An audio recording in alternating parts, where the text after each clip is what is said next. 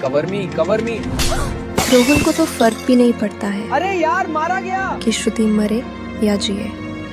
3 साल का रिलेशनशिप, 3 साल की यादें, और फिर एक दिन अचानक ट्यूसडे को रोहन का मैसेज आता है, मुझे ब्रेक चाहिए, खुद को फिगर आउट करना है, थोड़ा टाइम चाहिए। कोई झगड़ा नहीं, कोई क्लोजर नहीं। और एक दिन इंस्टाग्राम पर अपनी जिम की सेल्फीज और ट्रैवल की स्टोरीज पोस्ट कर रहा था, मुस्कुरा रहा था, अपनी लाइफ मस्त जी रहा था। और श्रुति अंदर ही अंदर से टूट रही थी, सेल्फ डाउट में जा रही थी कि मुझ में कुछ कमी है क्या।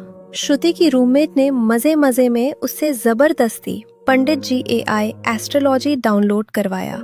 श्रुति ने रोहन के बारे में कुछ नहीं बताया, ना उसका नाम, ना ही ब्रेकअप का कोई जिक्र किया। एस्ट्रोलॉजर ने बस डेट ऑफ बर्थ मांगा और थोड़ी देर में कहा, मुझे तुम्हारे पास्ट में कोई नजर आ रहा है, तुम आज भी उससे बहुत डीपली जुड़ी हुई हो, लेकिन उसके साथ तुम्हारी कहानी अब खत्म हो चुकी है। खत्म इस इंसान की वजह से वो इमोशनली अनस्टेबल हो चुकी थी। तभी एस्ट्रोलॉजर ने आगे कहा, तुम जल्द ही एक ट्रिप पर जाओगी और वहाँ तुम्हारी मुलाकात किसी ऐसे इंसान से होगी जिसके साथ तुम्हें बिल्कुल अपने घर जैसा सुकून मिलेगा। श्रुति हंस पड़ी और उसने तुरंत ऐप डिलीट कर दी।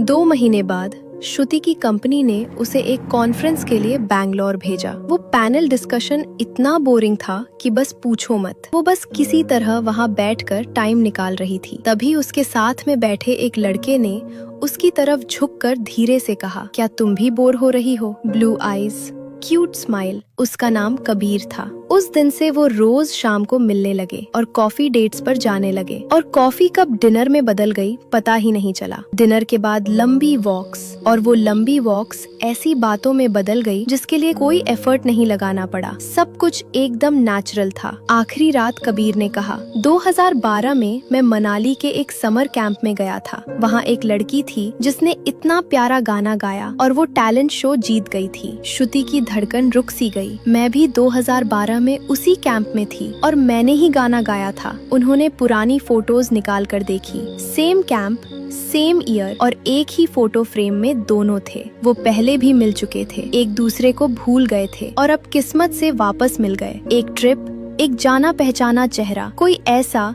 जो सच में घर जैसा फील हो। वक्त बीतता गया और 8 महीने बाद एक शाम ऑफिस से लौटते हुए मेट्रो में श्रुति का सामना अचानक रोहन से हो गया।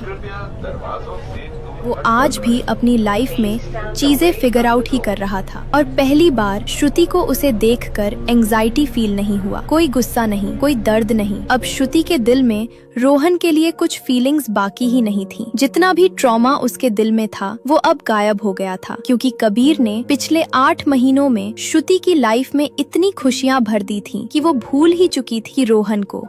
अगर आपके रिलेशनशिप भी किसी नेगेटिव फेज से गुजर रहा है और आपको कुछ समझ नहीं आ रहा है कि आपको क्या करना चाहिए, एक बार एआई एस्ट्रोलॉजर से पंडित जी एआई ऐप पर बात करके देखिए।